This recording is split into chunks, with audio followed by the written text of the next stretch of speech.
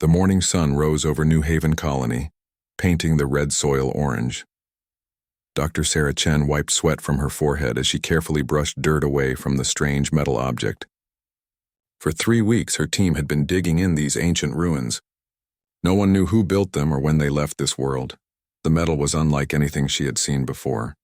It seemed to change color when she looked at it from different angles. Blue, then silver, then something that hurt her eyes to stare at too long. "Professor Chen," called her assistant Jamie. "You need to see this." Sarah hurried over to where Jamie stood next to a tall stone pillar.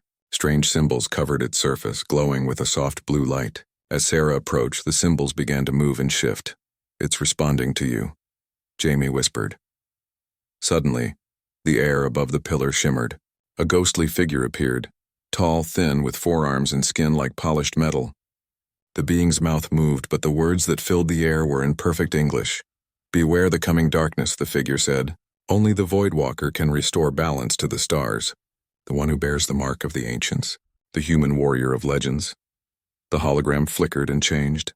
Now it showed a man with short dark hair and a strange scar across his left temple. The scar looked like it had been made by some kind of advanced technology. "When the Crystal Queen learns his name, she will shake with fear." The voice continued, "For he carries the blood of those who came before. Marcus Kane, son of Terra, walker between worlds." The image faded, leaving Sarah staring at empty air. "Did you get that recorded?" she asked Jamie. "Every word. But Professor, how could ancient aliens know the name of someone alive today?" Sarah had no answer, but she knew someone who might. 3 systems away, Marcus Kane sat in his small apartment on the mining station Outpost 7. The place smelled of machine oil and recycled air. Through his window, he could see cargo ships coming and going, carrying ore to the inner worlds. Marcus touched the scar on his temple. The doctor said it came from shrapnel during the battle at Kepler Station. He remembered it differently. The scar had appeared after he touched some kind of alien device they found in the wreckage. That battle had been a disaster. Marcus was supposed to evacuate civilians while the main fleet held off the Zephyrian forces. But something went wrong. The evacuation ships were attacked and thousands died. The military blamed Marcus for poor leadership. They stripped him of his rank and sent him into exile. The truth was different. Marcus had saved as many people as he could. But no one wanted to hear that story. A soft chime announced an incoming message. Marcus turned to his computer screen. A woman's face appeared. Asian features, intelligent eyes, short black hair. "Colonel Kane, my name is Dr. Sarah Chen. I'm an archaeologist working on New Haven Colony. I need to speak with you about something very important." Marcus frowned. "I'm not a colonel anymore, Doctor. And I don't know anything about archaeology. This isn't about archaeology. It's about you. About who you really are." Before Marcus could respond, alarms began blaring throughout the station. Red lights flashed in the corridors. Over the intercom, the station commander's voice crackled with fear. "All personnel to emergency stations. We have multiple Zephyrian ships approaching." This is not a drill. Marcus looked back at the screen. Dr. Chen's face was pale. "They found you," she whispered. "The prophecy is beginning." "What prophecy? What are you talking about?" "There's no time to explain. You have to get off that station now. They're coming for you specifically." Through his window, Marcus could see the sleek black shapes of Zephyrian warships dropping out of hyperspace. Their crystal hulls gleamed like dark mirrors. These weren't raiders looking for easy targets. This was a hunter fleet. Marcus had fought the Zephyrians before. He knew their tactics. They never sent this many ships unless they were after something very valuable. Or very dangerous, Doctor. I don't know what you think I am, but... The station shook as the first enemy shots hit the shields. Lights flickered and went out. Emergency power kicked in, bathing everything in red light. "The docking bay," Dr. Chen said quickly. "I have a ship waiting. Bay 12. Can you make it?" Marcus grabbed his old military gear from the closet. The armor still fit, though it had seen better days. His rifle was an old model, but it worked. Some habits never died. "How do you have a ship here? Who are you, really?" "Someone who's been looking for you for a long time. Please, Marcus, you have to trust me." Another explosion rocked the station. This one was closer. Through his window, Marcus could see Zephyrian fighters swarming around the docking bays. They were boarding the station. Marcus made his decision. Whatever was happening, staying here meant capture or death. He had learned to trust his instincts during the war. Right now, they were telling him to run. The corridors were chaos. People screamed and ran in all directions. Station security tried to organize a defense, but they were badly outnumbered. Marcus moved through the panic like a ghost. His old training took over. Stay low, move fast, avoid crowds. He reached Docking Bay 12 just as the first Zephyrian soldiers broke through the main entrance. These weren't the standard crystal warriors he remembered from the war. These were something else. Bigger, faster, with weapons that hummed with deadly energy. They were called the Obsidian Guard, and they only served one purpose: hunting specific targets for the Queen herself. Cain. One of them called out. Its voice was like grinding glass. The Queen demands your presence. Surrender now and your death will be quick. Marcus dove behind a cargo container as energy bolts sizzled past his head. The shots melted holes in the metal walls. Whatever these weapons were, they were far beyond normal Zephyrian technology. A small ship sat in the center of the bay. It was human-made but modified with alien technology. The hull patterns looked familiar, but Marcus couldn't place them. The ship's ramp lowered. Dr. Chen stood at the top, holding a weapon that definitely wasn't human. It looked like it was made from the same strange metal Marcus had seen in the ruins. "This way," she shouted. Marcus ran for the ship as the Obsidian Guard closed in. Their leader, a massive creature with 4 arms and crystals growing from its skull, pointed directly at him. "The Void Walker awakens," it said. "The Queen will be most displeased." Marcus made it to the ship just as the engines came online. The ramp closed behind him and they lifted off. Through the ship's windows, he could see the Obsidian Guard watching them go. They made no effort to pursue. They had found what they came for: confirmation that Marcus Cain was alive and active. As they jumped to hyperspace, Marcus turned to Dr. Chen. "Now," he said, "tell me what the hell is going on."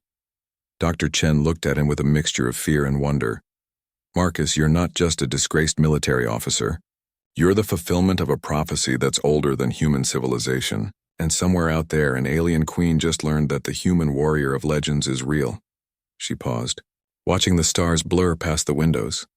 "And she's probably more afraid of you than you could ever imagine." When the alien queen heard his name, she quivered, the human warrior of legends. The throne room of Queen Vexatha stretched for nearly a kilometer. The walls were made of living crystal that pulsed with inner light. Thousands of Zephyrian nobles stood in perfect rows, their crystalline bodies reflecting the Queen's power. At the center of it all sat Vexatha herself. She was beautiful in the way a deadly weapon was beautiful. Her body was tall and elegant, covered in crystal plates that had grown from her skin over centuries of rule. Her eyes glowed with cold blue fire, and when she spoke, her voice could shatter mountains. For 300 years, she had ruled the Zephyrian Empire without showing a single moment of weakness. Her enemies called her the Crystal Death. Her subjects worshipped her as a living goddess. Nothing in the galaxy could make her afraid. Nothing until today. The Memory Keeper shuffled forward on his 6 legs. He was older than the Empire itself, a living library of knowledge from before the first crystal ships sailed between the stars. His ancient mind held secrets that even the Queen feared to know. "My Queen," he wheezed. "The daily reading of the cosmic patterns is complete." "Proceed," Vexatha said. Her voice echoed through the vast chamber. The Memory Keeper closed his eyes and began to speak the names of power that shaped the galaxy's future. These were routine readings done every day for 1,000 years. The names of worlds that would rise and fall, species that would evolve or die out, technologies that would be discovered or lost. But today was different. "I see the awakening of the old blood," the Memory Keeper said. His voice began to shake.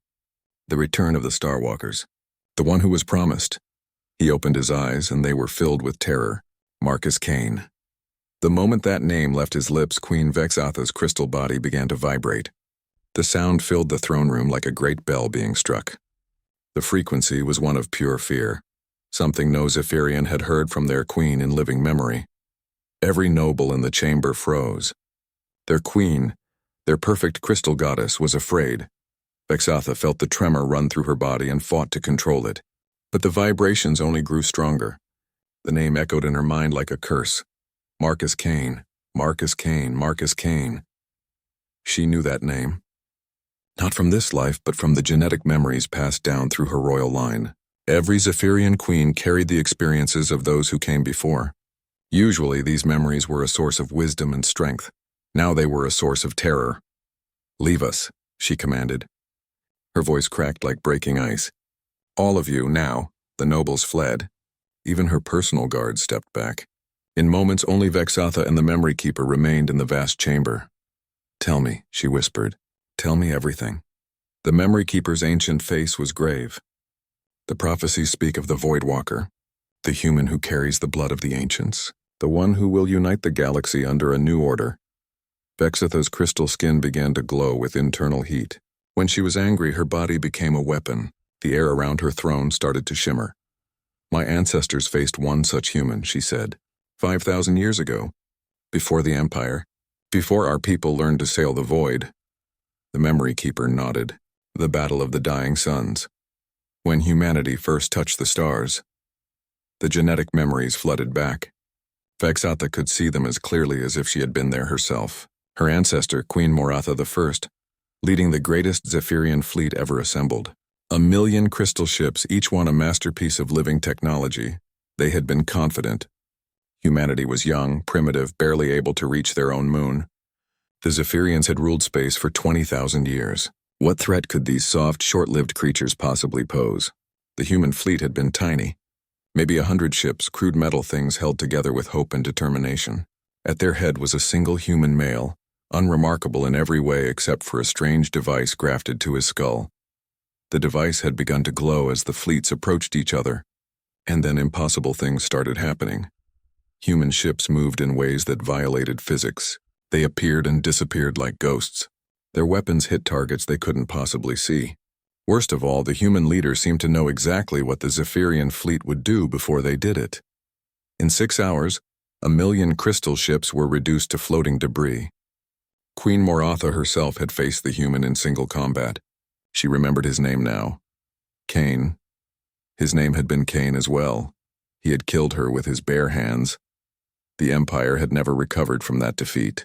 The Zephyrians had retreated to their homeworlds and spent thousands of years rebuilding. Only recently had they begun to expand again, and even then, they had carefully avoided human space. Until now, they thought the ancient bloodline was extinct. "He has the same genetic markers," the Memory Keeper said softly. "The same neural patterns. The same potential." Vexatha stood from her throne. Her crystal armor began to shift and flow, preparing for war. "Then we will destroy him before he awakens fully. Send the Obsidian Guard. My queen, they have already found him. He escaped." The vibration in Vexatha's body intensified. Cracks appeared in the crystal floor beneath her feet. "Then send everything. Every ship, every warrior. Burn every human world if necessary." "That may not be enough," the Memory Keeper warned. "The prophecies speak of his rising, not his falling. Each death in his name will only make him stronger. Each battle will awaken more of his potential." Vexatha turned to face the ancient being. Her eyes blazed with desperate fury. "Then what do you suggest?" The Memory Keeper was quiet for a long moment. When he spoke, his voice was heavy with sorrow.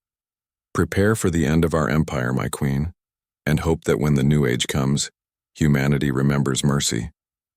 Vexatha screamed. The sound shattered crystal throughout the palace. Her perfect composure, maintained for 3 centuries, finally broke. But even as she raged, she felt the fear growing in her heart. Not fear of death, death was simple. Fear of becoming irrelevant. Fear that everything she had built would crumble before the power of one awakening human. She had felt this fear before, through her ancestors' memories. It was the fear of facing something truly superior. Something that made her empire look like children playing with toys. In the deepest vaults of the palace, monitoring systems recorded the queen's emotional state. For the first time in recorded history, Vexatha of the Crystal Throne showed biological signs of terror. The human was real. The Voidwalker lived, and the galaxy would never be the same. 3 hours later, the largest Zephyrian war fleet in history began to assemble. Ships poured in from every corner of the Empire, dreadnoughts that could crack planets, carriers holding millions of crystal fighters, weapons platforms with the power to sterilize solar systems. But in her private chambers, Queen Vexatha stood before an ancient mirror made from the same metal as the ruins on New Haven. The surface showed not her reflection, but visions of possible futures. In every single vision, she saw the same thing. A human male with a scar on his temple standing over the ruins of her empire, and in his eyes was not hatred or vengeance but something far worse, pity. When the alien queen heard his name, she quivered. The human warrior of legends. The ship's medical bay hummed quietly as Dr. Chen ran another scan on Marcus's neural implant. They had been traveling for 2 days, jumping from system to system to avoid Zephyrian patrols. Marcus still didn't fully understand what was happening to him, but he could feel something changing. The implant isn't human technology, Dr. Chen said, studying the results. It's made from the same material as the ruins we found. Your brain has been slowly adapting to it for years. Marcus touched the scar. It felt warm now, almost alive. The doctors said it was just metal fragments from the explosion. They were wrong. This is a neural interface created by the same species that left the prophecies. They called themselves the Architects. They seeded the galaxy with technology millions of years ago, then vanished. And they somehow knew I would need this thing? Dr. Chen looked uncomfortable. Marcus, I don't think it's coincidence that you found it. I think it was waiting for you. Before Marcus could respond, the ship's alarm sounded. They were being pulled out of hyperspace by a massive gravity well. Through the viewports, they could see a desert world hanging in space like a brown jewel. Kathmaran, Dr. Chen said. We're supposed to meet someone here. The planet's surface was endless sand dunes broken by ancient rock formations. As their ship landed at a small outpost, Marcus could see other vessels hidden in the rocks. Some were human, but others were clearly alien in design. A woman in worn military armor approached their ship. She was tall, dark-skinned, with the confident stride of someone used to command. Marcus recognized the type immediately. Career military, probably special forces. Colonel Kane, she said as he stepped off the ship. I'm Commander Zara Okafor, Human Resistance. We've been waiting for you. I keep hearing that. But I'm not a colonel anymore, and I don't know anything about any resistance. Zara smiled grimly. Maybe not. But you're about to learn. She led them into the hidden base carved into the rock. The corridors were filled with humans and aliens working together. Marcus saw creatures he'd never encountered before. Tall blue beings with 6 arms. Small furry things that chittered in musical voices. Massive reptilian warriors covered in scales. After Kepler Station, Zara explained as they walked, the Zephyrians began systematic attacks on human colonies. They're trying to exterminate our entire species. Most of the human governments surrendered or went into hiding, and you formed a resistance. We tried, but we were losing badly until we learned about the prophecies. About you. They entered a large chamber where holographic displays showed star maps covered in red markers. Each one represented a Zephyrian victory or a human world that had gone silent. Tell me about Kepler Station, Zara said. The real story. Marcus felt old anger rising in his chest. We were supposed to evacuate civilians while the main fleet engaged the Zephyrians. But something went wrong. Our ships were detected too early. The enemy fleet was bigger than intelligence reported. What did you do? What I had to. I split my force, sent the evacuation ships on different routes, used my command ship as a decoy to draw off the Zephyrian hunters. Marcus's voice grew quiet. We saved 40,000 people. But my ship was destroyed. My crew died. And when the survivors reached safety, they needed someone to blame. Zara nodded.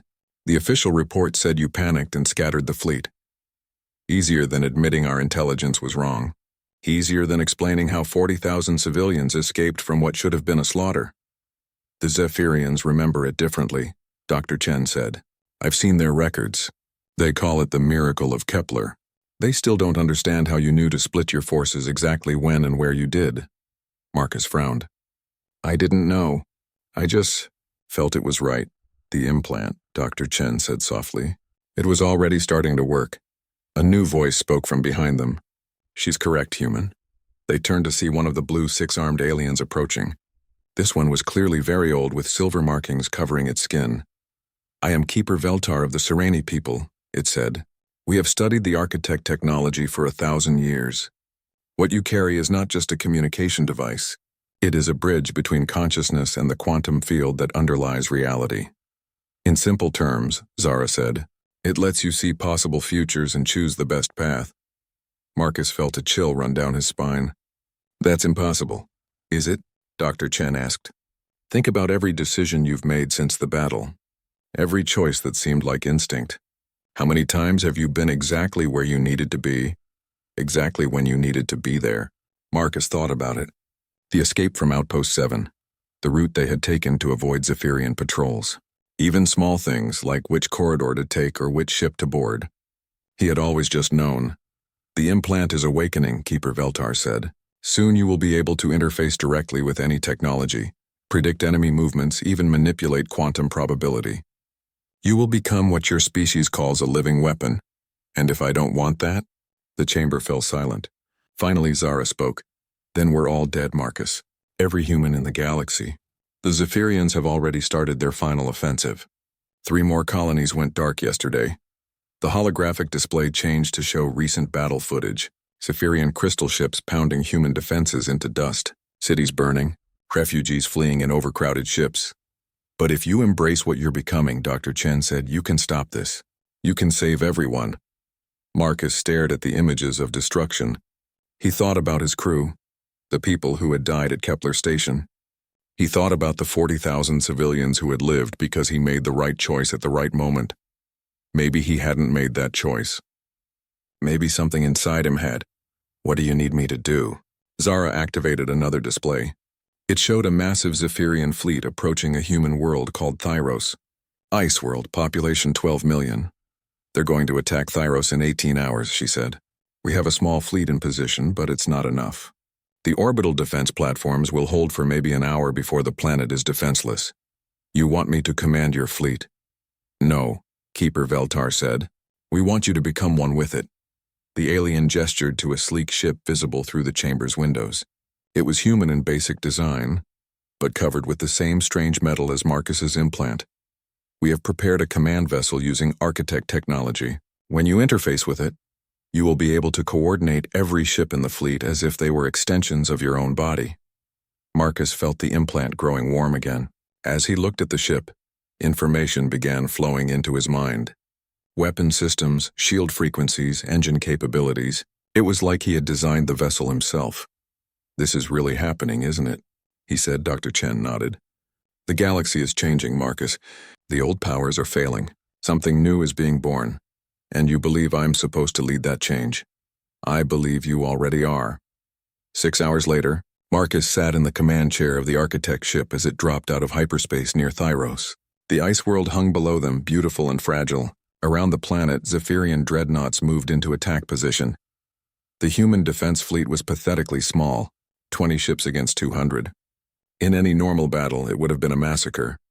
But as Marcus touched the command interface, he felt his consciousness expand. Suddenly, he was aware of every human ship in the system. He could feel their engines, their weapons, their shields. The crews became extensions of his will.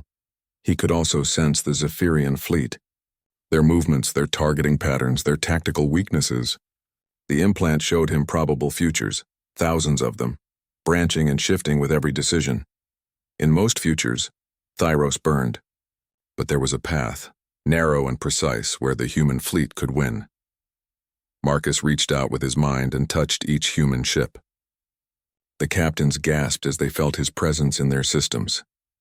Then they smiled as they realized what was happening. They were no longer 20 separate ships fighting alone. They were 20 fingers of a single hand, guided by a mind that could see the shape of the battle before it happened. The Zephyrians attacked, expecting easy victory. Instead, they found their prey moving in impossible patterns, always one step ahead of their targeting. Human ships appeared and vanished like ghosts, striking precisely where the enemy was weakest. The battle lasted 3 hours.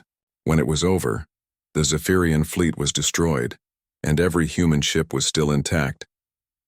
As news of the victory spread across the galaxy, a new legend was born. The Voidwalker had awakened. The human warrior of legends was real, and in her crystal palace, Queen Vexitha felt the first cracks appear in her empire's foundation. When the alien queen heard his name, she quivered, the human warrior of legends.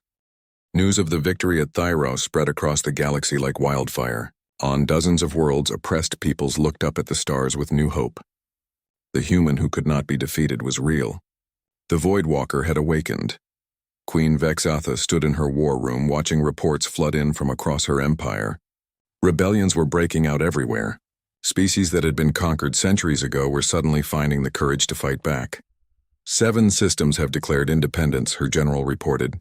The Corvani have destroyed our entire mining operation in the Outer Rim. The Dalari are attacking our trade convoys. And they all use the same war cry, another officer added nervously. The Voidwalker comes. Vexatha's crystal skin pulsed with anger. Her perfect empire was falling apart because of one human and his impossible victories. Something had to be done. My queen, the memory keeper said quietly. Perhaps it is time to consider the ancient protocols. Vexatha turned to face the old creature. The war mind? That has not been used for 3,000 years. The situation demands extreme measures. The war mind was the most dangerous weapon in the Zephyrian arsenal. It was a collective consciousness made from the greatest warriors in their history. Queens had used it in the past during desperate times, but always at a terrible cost. To join with the war mind meant giving up individual identity. The queen would become something more than herself, but also something less. A perfect weapon with no room for mercy, love, or any emotion except the desire for victory. If I do this, Vexatha said slowly, I will not be the same being when it is over. No, my queen. But the Empire will survive. Vexatha looked out at the stars through the palace's crystal windows. Somewhere out there, Marcus Kane was gathering allies and growing stronger. Every day he delayed gave him more time to master his abilities. Prepare the ritual, she commanded. The ceremony took place in the deepest chambers of the palace. Ancient machines hummed to life, devices that had not been used since the early days of the Empire. Thousands of crystal matrices lined the walls, each one containing the consciousness of a dead Zephyrian warrior. Vexatha stood in the center of the chamber as energy flowed through her body. She felt the minds of the dead reaching out to her, offering their knowledge, their skills, their absolute dedication to war. The pain was incredible. Her individual thoughts began to blur and merge with others. Her memories became tangled with those of warriors from a dozen different eras. Her personality started to fragment and reform into something new. When the process was complete, the thing that had been Queen Vexatha opened its eyes. It looked like her, but it was something else now. A perfect fusion of technology and consciousness designed for one purpose only: total war. The new queen's first command was simple. Begin the final cleansing. Across the galaxy, every Zephyrian fleet received the same order. Forget about conquest. Forget about taking prisoners or preserving useful worlds. Destroy everything human. Burn their planets to ash and scatter the ashes in the void. The war that followed was unlike anything the galaxy had ever seen. Entire star systems became battlefields. The Zephyrians fought with desperate fury, using weapons they had kept hidden for millennia. Planet killers emerged from secret bases. Ancient dreadnoughts that could shatter moons joined the hunt. Marcus felt the change immediately.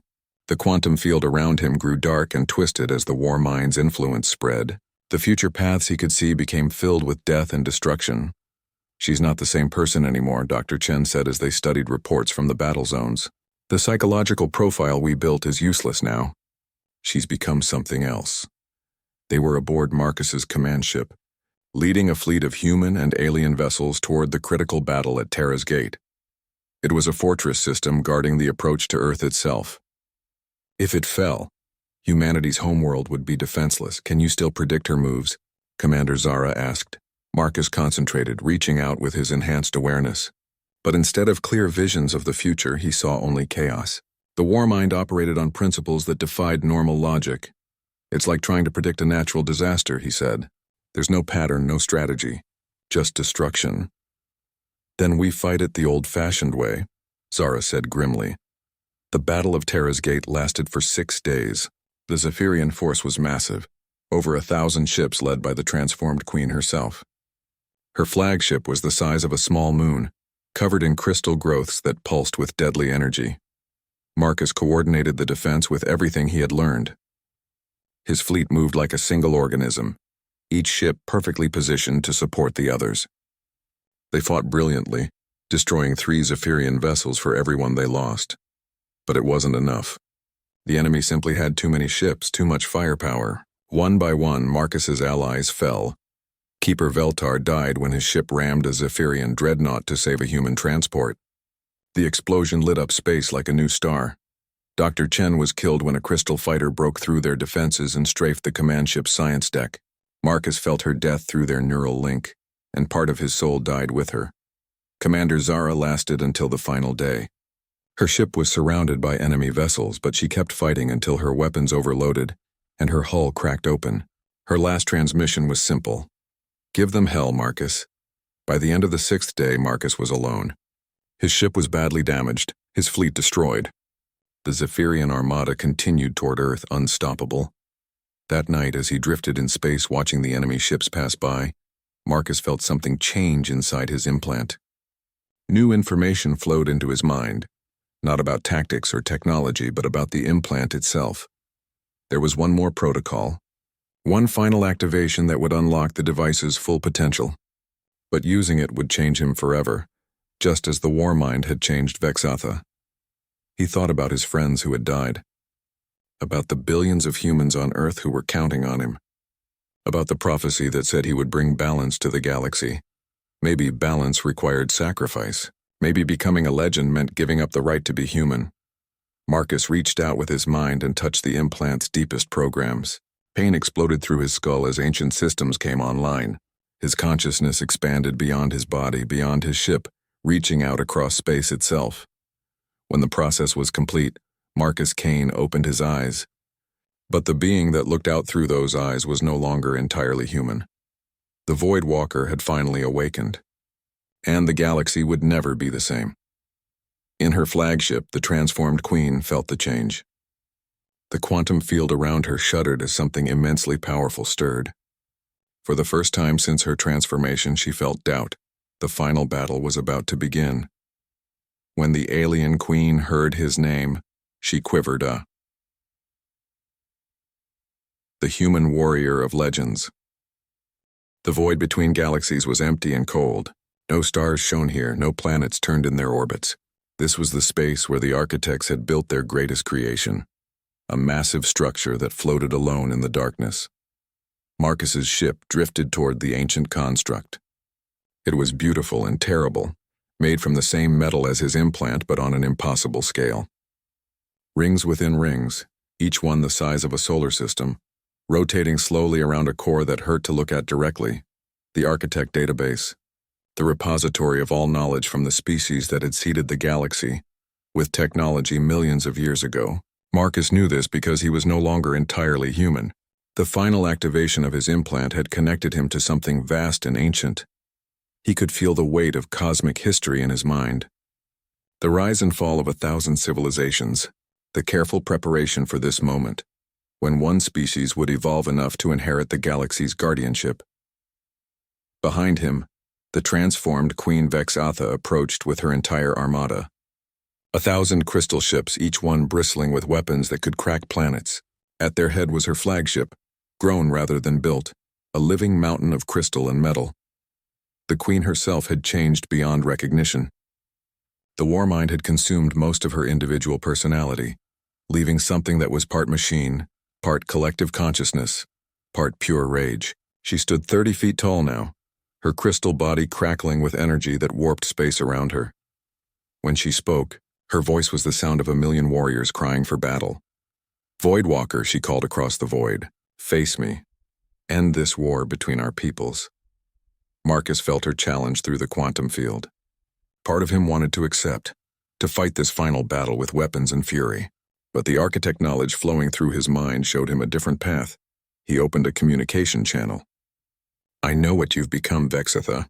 The Warmind has taken your individual self and replaced it with the need for victory at any cost. But that's not who you really are." "I am the Empire," she roared. "I am the will of the Zephyrian people. You will not destroy what we have built." "I'm not here to destroy anything. I'm here to offer you a choice." Marcus's ship moved toward the database's central ring. As it approached, the ancient structure began to respond. Lights awakened along its surface and massive doors opened to reveal the core chamber. The Queen's fleet followed, weapons charging. But as they entered the database, something strange happened. The Warmind's influence began to weaken. This place was older than the Zephyrian Empire, older than their technology. Here, the artificial consciousness had no power. Vexatha felt the change immediately. For the first time in months, her own thoughts were clear. The constant pressure of the collective minds faded, leaving her alone in her own head. "What is this place?" she whispered. "The truth," Marcus said. They faced each other in the database's heart, a vast chamber filled with floating displays showing the history of the galaxy. Marcus stood on one platform while Vexatha occupied another. Between them, holographic images played out the story of civilizations rising and falling across millions of years. "The architects didn't disappear," Marcus explained. "They evolved, became something beyond physical form. But before they left, they prepared for what would come next." The displays showed the early days of both their species, humans taking their first steps into space, Zephyrians learning to grow crystal ships. Both young races full of potential, but also capable of terrible mistakes. They saw that the galaxy needed guardians, not conquerors but protectors, species that would help others grow and evolve instead of dominating them. "Lies," Vexatha snarled, but her voice was uncertain. "The strong rule the weak. That is the natural order, is it? Look at what your empire has become." The images changed to show the Zephyrian expansion. At first it was exploration and trade, but gradually it became conquest and oppression. Billions of beings enslaved or destroyed in the name of crystal perfection. "You were meant to be gardeners," Marcus said softly. "Your people's gift for growing living technology, for shaping matter with will and thought. It was supposed to help other species develop, not crush them." Vexatha stared at the images. Deep in her genetic memory, she could recall the early queens who had dreamed of a galaxy where all species worked together. When had that dream become a nightmare of conquest? "And humans?" she asked. "What were we meant to be?" "Bridges," Marcus said.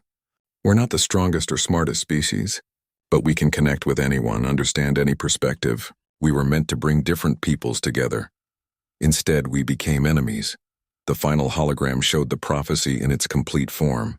Not just the awakening of the Voidwalker, but what would come after, a galaxy where humans and Zephyrians work together, combining their gifts to guide younger species toward their own evolution. "The Warmind told you that I was here to destroy your empire," Marcus said. "But I'm not.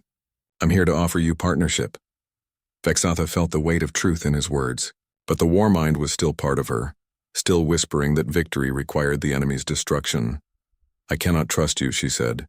"I cannot trust anyone. The collective will not allow it. Then let me help you break free from it." Marcus stepped forward and Vexatha saw that he was offering his hand. Such a simple gesture, but it terrified her more than any weapon. "If I touch you, the Warmind will try to consume you as well," she warned. "Let it try." Against every instinct, Vexatha reached out and took his hand. The Warmind struck immediately, trying to spread its influence to Marcus through their contact. But instead of consuming him, it met something unexpected. The architect knowledge in his implant created a buffer, a space where individual consciousness could exist safely. For the first time in months, Vexatha felt completely herself. The voices of a million dead warriors faded, leaving only her own thoughts and feelings. She remembered who she had been before the transformation, what she had hoped to achieve for her people. Tears of liquid crystal ran down her face. "I remember," she whispered. "I remember dreaming of peace." The Warmind fought back, trying to reassert control, but Marcus held steady, sharing his strength with her. Together, they began to unravel the artificial consciousness that had consumed her identity. It took hours. The battle was fought in the realm of thought and will rather than weapons and shields, but gradually the Warmind's influence cracked and fell away. When it was over, Vexatha collapsed to her knees. She was still changed. The merging had left permanent marks on her consciousness. But she was herself again. "What happens now?" she asked. Marcus helped her to her feet. "Now we start over. Both of us." They stood together in the heart of the database as new knowledge flowed into their minds. The architect's final gift. Not weapons or power, but wisdom. The understanding of how to guide a galaxy full of different species toward a better future. "It won't be easy," Marcus said. "There are people on both sides who will see this as betrayal." "Then we'll face them together," Vexatha replied. When they emerged from the database, both fleets were waiting. Human and Zephyrian ships faced each other across the void, weapons ready, but their leaders had changed. Marcus activated a galaxy-wide communication channel. His message reached every world, every ship, every being capable of receiving it. "The war is over," he said simply. Not because one side won, but because both sides choose something better. The response was not immediate acceptance. Some humans called him a traitor. Some Zephyrians accused their queen of weakness. But others listened to the wisdom in their words and began to hope. On a dozen worlds, weapons fell silent.